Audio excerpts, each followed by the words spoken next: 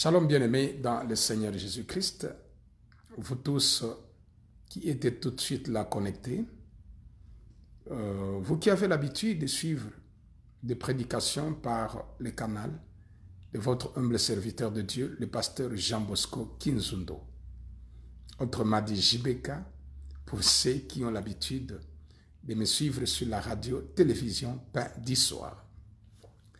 Alors, que Dieu vous bénisse. Je vous salue, vous tous qui êtes déjà en direct. Que Dieu vous bénisse, ma sœur Naomi. Et que le Seigneur bénisse tous ceux-là qui se connectent déjà rapidement pour suivre la pensée du jour. Vous savez, je n'ai pas l'habitude de passer tous les jours. Mais quand je passe, c'est qu'il y a un message important que je veux que nous puissions partager ensemble. Alors, bien-aimés, je suis en train de parler sur des raisons. Quelles sont les raisons qui font que malgré tu pries, malgré tu es dans le Seigneur, mais tu continues à vivre comme si tu ne connaissais pas encore Dieu? Vous comprenez ce que j'allais dire? C'est-à-dire, vous êtes dans le Seigneur, vous êtes en train de prier. Veuillez partager rapidement, bien-aimés, pour que nous puissions aussi amener d'autres personnes à comprendre ce dont nous voulons parler ces jours. Merci beaucoup. Que le Seigneur vous bénisse, surtout vous qui partagez, pour que d'autres personnes aussi soient à mesure de suivre ce que je suis en train de dire par la grâce du Seigneur Jésus-Christ. Je crois ezali mutuna oyo bandeko ebele bamitunaka. Je prie, j'ai la crainte de Dieu. Mais qu'est-ce qui fait que je puisse continuer à vivre les mêmes conséquences de la fois passée? Suivez-moi très bien. Alors, qu'est-ce qui fait que, malgré que je prie, je suis dans le Seigneur, mais je continue à voir les songes comme si je n'avais pas encore reçu Jésus-Christ comme Seigneur et Sauveur personnel. Et c'est un problème qui bouleverse plus d'une vie. Je sais que vous êtes en train de suivre. C'est un problème qui bouleverse plus d'une personne. Et des fois, il y a même des gens qui se disent « Nazomona tine ako sambelate ». Mais pourquoi je prie? Parce que malgré que je prie, je vois les mêmes choses dans ma vie. Malgré que je prie, je vois les mêmes songes. Malgré que je prie, je vois les mêmes situations. Et il y en a, bien aimés, je vous rassure, qui ne prient pas simplement parce qu'ils avaient connu de tels problèmes. Et je ne vous condamne pas. C'est la vérité. Parce qu'il n'y a pas quelque chose d'extraordinaire, de compliqué dans la vie de quelqu'un quand il prie, mais il ne voit pas les effets de la prière dans sa vie.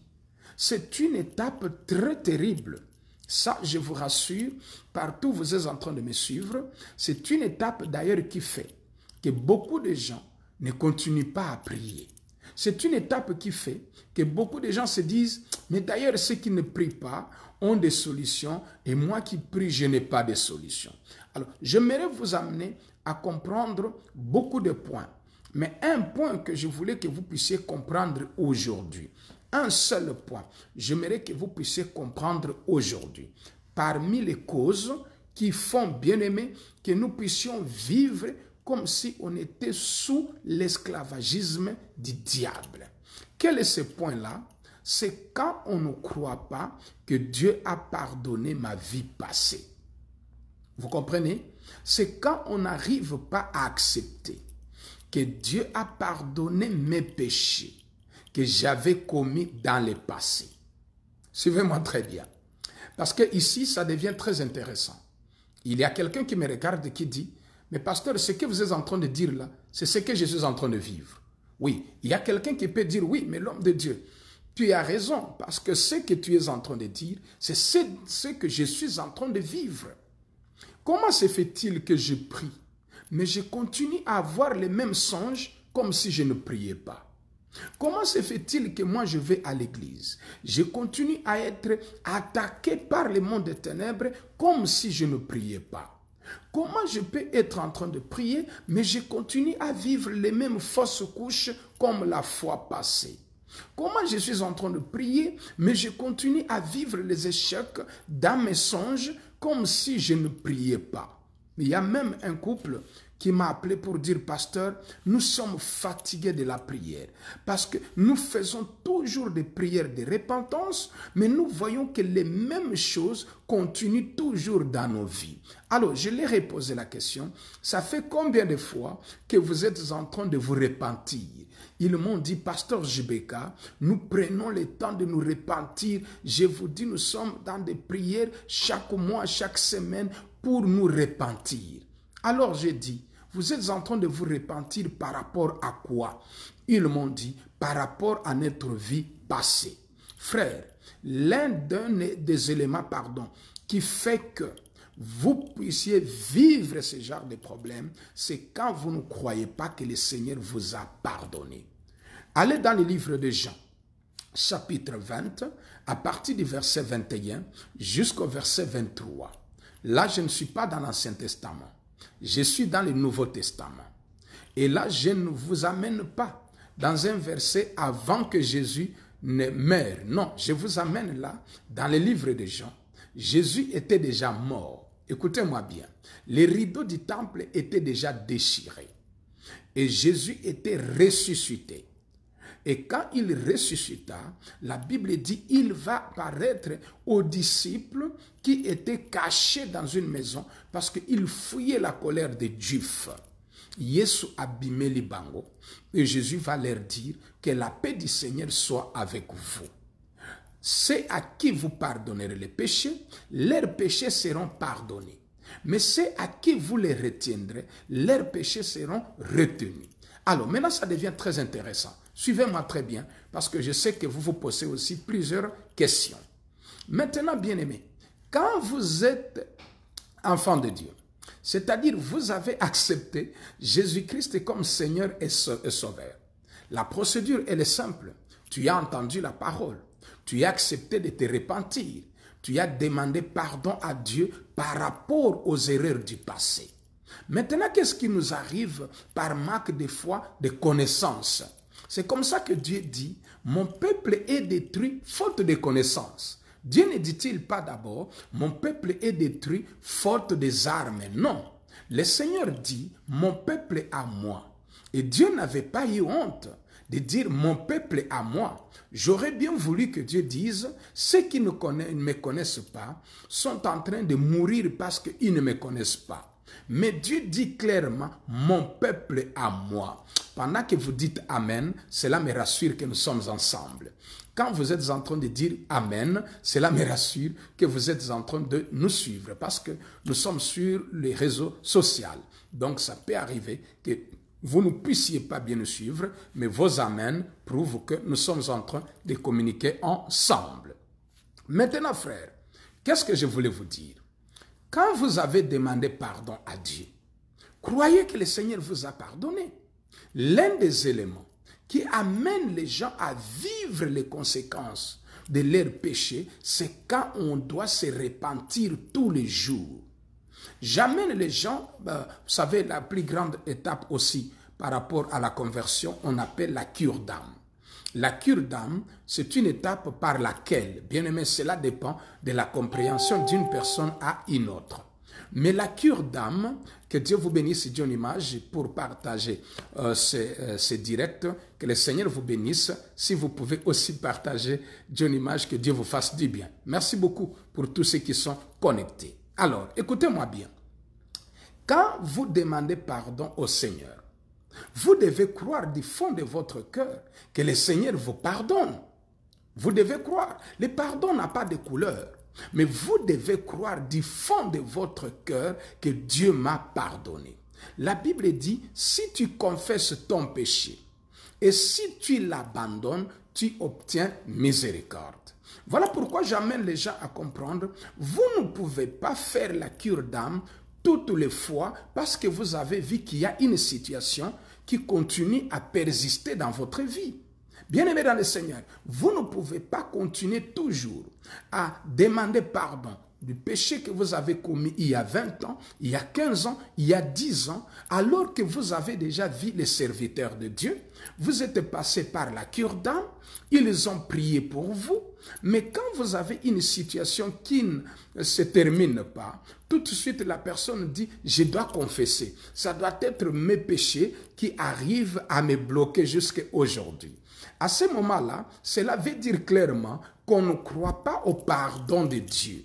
Et quand vous ne croyez pas au pardon de Dieu, qu'est-ce qui arrive? Le diable récupère cet état d'esprit pour dire, voilà, tu n'es pas pardonné, alors moi je te condamne. Tu comprends? Parce que tu crois que tu n'es pas pardonné, alors le diable trouve les alibis, le diable trouve les preuves, le diable trouve les ouvertures. Parce que toi, tu ne crois pas que tu es pardonné, c'est que ton péché est devant toi. Et à ce moment-là, l'ennemi va commencer à jouer sur toi.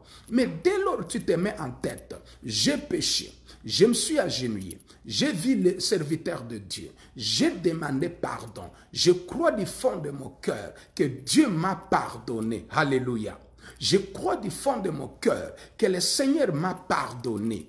Dès que tu mets en tête cette parole, tu tiens pour dire, je sais que Dieu m'a pardonné. Je crois au pardon de Dieu. Je sais que le Seigneur m'a pardonné. Comme j'ai confessé les péchés, je sais que le Seigneur m'a pardonné. Bien-aimé, l'ennemi n'aura pas de preuves pour te condamner. L'ennemi n'aura jamais de preuves pour te condamner. Parce que, écoutez, la Bible dit, si ton cœur te condamne, sache que Dieu est plus grand que ton cœur. Si toi tu crois que Dieu ne t'a pas encore pardonné, alors le diable va prendre ça comme une preuve pour dire que je dois te condamner parce que Dieu ne t'avait pas encore pardonné. Mais si tu te mettais en tête pour dire, comme j'ai demandé pardon, Dieu m'a pardonné. Comme je me suis agenouillé, j'ai confessé mes péchés devant un serviteur de Dieu.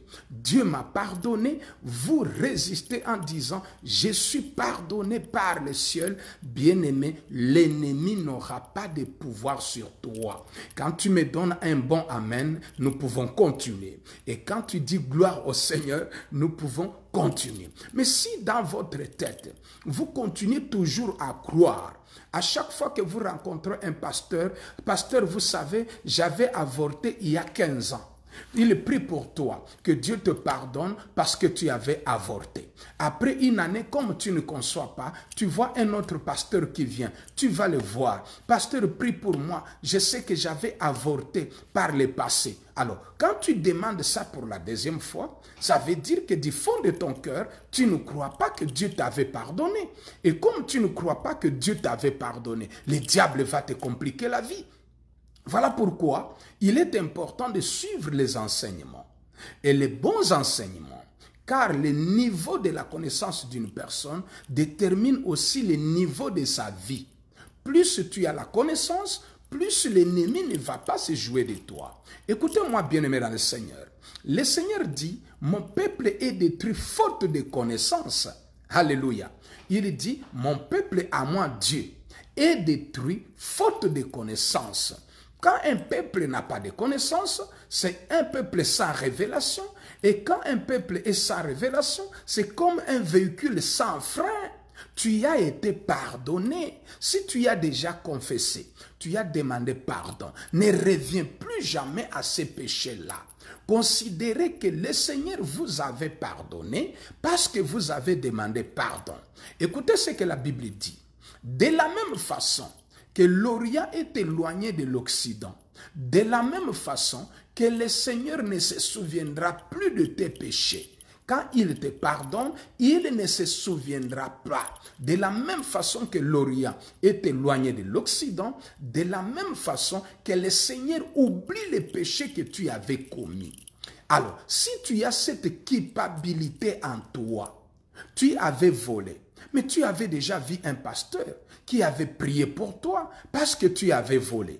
Mais pourquoi tous les jours tu reviens? Parce que tu ne trouves pas du travail, tu vois un pasteur, pasteur prie pour moi parce qu'il y a 12 ans, j'ai travaillé, j'avais volé. Alors, si toi-même, tu crois que Dieu ne t'avait pas encore pardonné, est-ce que tu veux que le diable croie à ta place que tu es pardonné? Alléluia. Bien-aimé, si la maladie continue, cela ne veut pas toujours dire que Dieu ne t'a pas encore pardonné. Allez-y dans les livres de Jean. J'aime beaucoup ce que Jésus dit. Allez dans les livres de Jean au chapitre 11. Lisez le chapitre 11 à partir du verset 5, allez un peu en bas. Je dis Jean chapitre 11. À partir du verset 5, descendez un peu parce que nous allons lire ça les jours qui viennent. Jésus dit aux disciples, on vient de m'apprendre que Lazare est malade. Suivez-moi bien. Alors, il dit, ok, il est malade, notre ami Lazare est malade. Ça, c'est Jésus qui dit. Alors, il dit aux disciples, après des jours, Lazare est malade. Parce que la Bible dit, à passer qu'il sous jour, malgré il avait reçu la nouvelle que Lazare était malade, mais il avait passé aussi d'autres jours. Maintenant, qu'est-ce qui s'était passé? Jésus-Christ va remarquer quelque chose. Il dit maintenant aux disciples, allons-y voir notre frère Lazare qui est malade et il est en train de dormir, nous allons le réveiller. Bon, comme les disciples ne comprenaient pas, il va leur dire clairement, allons-y parce que notre bien-aimé Lazare est mort. Alors les disciples lui ont posé la question, Seigneur, tu veux que nous retournions en Judée? Il n'y a pas longtemps, il cherchait à te lapider. Landanga malam. Alobi olingi to zonga lisusu. Bisika oyo. Kala mingi te baluka ki ba lapide yo. Balinga ki ba boma yo. Ba beta yo. Et tu veux que to zonga lisusu kuna? J'ai aimé la réponse de l'homme de Galilée, le tout-puissant, le créateur de cieux et la terre. Il répliqua aux disciples, un jour à combien d'heures? Il dit, n'est-ce pas, un jour à 12 heures. Vous comprenez, frère? Il dit, n'est-ce pas, un jour a-t-il 12 heures? Pour dire que ce qui s'était passé hier, pourquoi vous croyez que cela va se produire encore? C'est ça la question que Jésus voulait poser aux disciples. Oui, on nous avait cherché à nous lapider hier.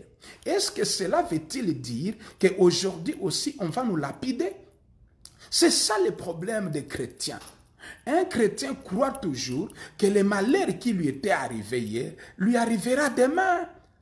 Voilà pourquoi nous vivons par peur, on prie par peur, on fait des prières par peur. Voilà pourquoi nous avons plus de prières dans les églises, des combats, que des prières d'adoration ou des prières de louange. Parce qu'un chrétien se sent dans l'insécurité, alors qu'on ne pouvait pas se sentir dans l'insécurité. Donne-moi amen pour que je te parle pendant 2 ou 3 minutes.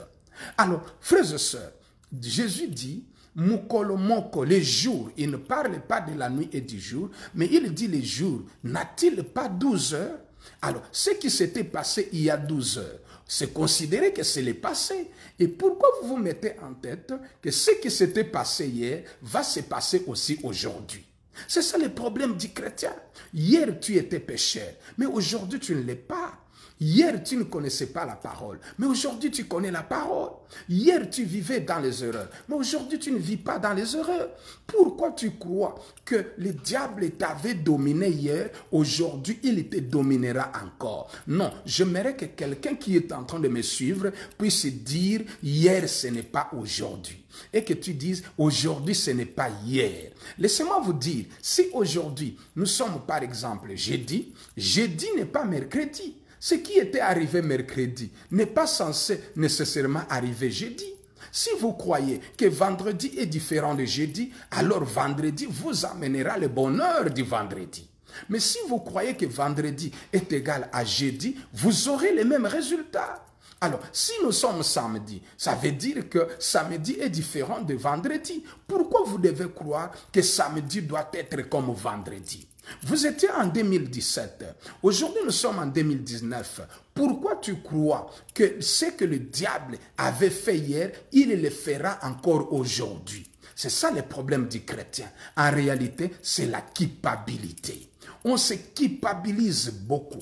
On se condamne beaucoup. On croit que je n'ai pas dit travail parce que j'avais volé. On croit que je n'ai pas dit mariage parce que j'avais avorté à mon enfance. On croit que je n'ai pas la vie parce que la fois passée, j'avais menti. Mais si tu avais menti, c'était l'année passée. Tu avais déjà demandé pardon, Dieu t'a pardonné. Et moi, je te rassure, si tu as confessé et que tu as abandonné, le Seigneur t'a pardonné. Pourquoi tu dois continuer à croire que tu y es toujours condamné et que tu dois toujours te repentir du péché que tu avais commis il y a 15 ans? Non, frères et sœurs, laissez-moi vous rassurer. Vous êtes pardonnés, je suis pardonné. Et quand les chrétiens vont comprendre le sens du pardon, accepter que Dieu m'a pardonné, ne pas vivre dans la culpabilité, je vous dis, l'ennemi n'aura pas de preuves. Tika lelo, au bandakondima, que je suis pardonné, le diable n'aura pas de preuves. Même si la maladie continue, me dit je suis pardonné. Jésus m'a pardonné à la croix. J'ai demandé pardon, le Seigneur m'a pardonné. Je sais que je ne suis pas condamné. Même si tu n'as pas encore trouvé du travail, mais crois que Dieu t'avait pardonné. Ce n'est pas que tu avais volé et que cet état de vol continuera à te bloquer durant toute ta vie. Comme tu es en train de dire Amen, laisse que la faveur de Dieu tombe sur toi. Comme tu es en train de dire je reçois la faveur de Dieu. Comme tu es en train de dire yes, laisse que la faveur de l'Éternel te touche. Bien-aimé, libère ta destinée. Libère ta destinée. Ne te bloque pas. Ne reste pas bloqué. Libère ta voix. Dieu t'a déjà pardonné. Libère ta voix. Libère ta destinée. Crois réellement que le Seigneur m'a pardonné. Si tu avais confessé, tu avais abandonné, ne vis pas dans la culpabilité. Alléluia. Vous savez, nous sommes sur la terre, des hommes. Nous vivons sur la terre. La victoire, c'est un état d'esprit. C'est ce que les enfants de Dieu doivent comprendre. La victoire, c'est un état d'esprit. Et l'échec aussi, c'est un état d'esprit. La victoire, c'est un état d'esprit. Et l'échec, c'est un état d'esprit. Tout dépend de ton état d'esprit. Qu'est-ce que ton esprit te dit-il? Que tu es condamné? Alors tu es condamné. Si tu crois que tu es pardonné, alors vas-y dans la joie. Laisse-moi te dire, bientôt tu verras la gloire de Dieu. Parce que le Tout-Puissant, El Shaddai, Elohim, El Adonai, celui qui a pris ta place, qui a pris ma place, nous a pardonné. Il a effacé l'acte dont l'ordonnance nous condamnait. Alléluia. Tu n'es pas condamné. Boya condamnation. Boya condamnation. La Bible dit clairement, Moïse, quand il avait grandi, il refusa d'être appelé le fils de la fille de Pharaon. Là, nous sommes dans le livre de Hébreux. Vous comprenez? Moïse grandit, il refusa d'être appelé fils de la fille de Pharaon. Mais quand il n'avait pas encore grandi, il acceptait qu'on l'appelle fils de la fille de Pharaon. Mais quand il a grandi, il a eu la connaissance. Il a dit non, moi je ne suis pas le fils de la fille de Pharaon. Alors, quand on grandit dans la foi, il y a des choses qui doivent tomber. Il y a des choses qui doivent tomber. Tu ne peux pas continuer à croire que tu es condamné, tu es sous la malédiction, tu es toujours condamné. Oui, moi je prêche sur la délivrance. Je crois au message de la condamnation. Je prêche sur la délivrance. Je crois au message bien-aimé de la malédiction. Si tu n'es pas encore délivré, mais maintenant, si tu commences à te culpabiliser tous les jours, qu'est-ce que tu veux que Dieu fasse pour toi? Je suis passé seulement pour te dire, si tu n'avais pas encore demandé pardon, demande pardon. Vois un serviteur de Dieu qu'il prie sur toi. Et dès lors qu'il priera sur toi, oublie ces péchés-là. Considère que c'est une histoire passée. Ne reviens plus jamais à ça. Ne mets pas en tête que cela te condamne encore. Crois au pardon de Dieu. Mais si tu avais déjà demandé pardon, ne continue pas à te culpabiliser. Tu es en train de bloquer ta destinée. Tu es en train de retarder ta destinée. Tu es en train de retarder ta destinée. Vous comprenez, frère? Alors, si vous comprenez, j'aimerais que vous puissiez dire, je suis pardonné. la Bible dit, aucune condamnation pour ceux qui sont en Jésus-Christ. Parce que toi, tu es en Jésus. Crois que Dieu t'a pardonné. Mais si tu as des péchés que tu n'avais pas encore confessés, je t'encourage. Il faut les confesser, il faut les abandonner. Et si tu les confesses, oublie cela. Même si tu voyais un autre pasteur, après 10 ans, ne reviens plus jamais au péché que tu avais déjà confessé. Laisse-moi prier pour quelqu'un qui vivait dans la culpabilité. Tu es en train de me suivre. Tu as dit, pasteur Jibeka, ça vraiment tu parles de moi. Vous allez suivre. Si vous n'êtes pas encore sur la radio Pain du Soir, il faut aller sur www.paindusoir.com www.paindusoir.com où vous allez sur notre YouTube, vous pouvez vous abonner massivement parce que vous allez commencer à suivre les tranches de prédication. Allez sur YouTube, Jean Bosco Kinzundo. À ne pas confondre avec mon père Jean Bosco Kindomba. Moi, je ne suis pas papa Jean Bosco Kindomba. Mon père, avec beaucoup de respect, il est notre aîné dans la foi. Mais moi, je suis Jean Bosco Kinzundo. Alors, si vous allez sur YouTube, vous écrivez Jean Bosco Kinzundo, vous verrez notre chaîne YouTube. Vous pouvez vous abonner parce que quand nous allons passer sur Pain du Soir, ça passera automatiquement sur notre YouTube, ça passera au même moment sur Facebook que vous êtes en train de suivre et ça passera sur toutes les 3 chaînes. Vous pouvez être à mesure de croire que Dieu vous fait du bien. Alors, si vous êtes touché par ces messages, n'hésitez pas, bien-aimés. Vous pouvez nous contacter et nous pouvons dire une prière sur vous. Si vous êtes touché par cette parole, n'hésitez pas. Vous pouvez chercher à nous appeler. Nous pouvons parler avec vous qui n'avez pas encore confessé pour confesser et nous allons prier sur vous et la faveur de Dieu tombera sur vous. Là où vous vous retrouvez, mettez votre main au cœur parce que vous vous retrouviez toujours dans la condamnation. Laissez-moi prier pour vous. Je sais que le Seigneur ne manquera pas de vous faire du bien. Père éternel, 3 fois saint, tu es mort à la croix, réellement pour nous sauver. Et tu nous as sauvés par ta mort et par le sang qui avait coulé à la croix de Golgotha. La Bible dit, si quelqu'un confesse son péché et l'abandonne, il obtient miséricorde.